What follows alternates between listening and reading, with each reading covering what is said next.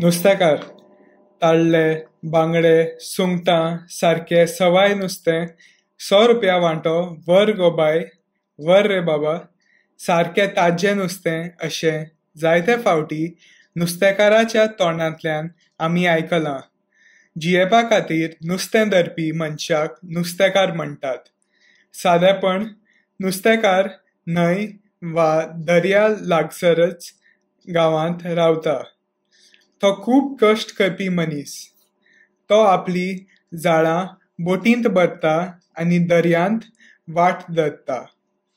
थोड्या नुस्तेकारां लागीं बोटी आसनात. ते रांपोण धरूंक जोम्या बरोबर वतात.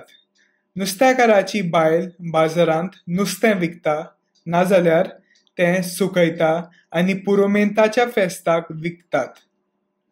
नुस्तेकाराचें जिवीत खूब भयंकर. खंयच्याच वेळार वादळां आनी तुफान येवंक शकता.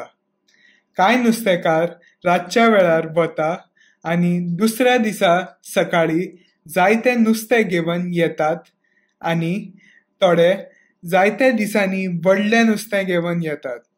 तेन्ना तांच्या खाशेक शीम मेर उरना.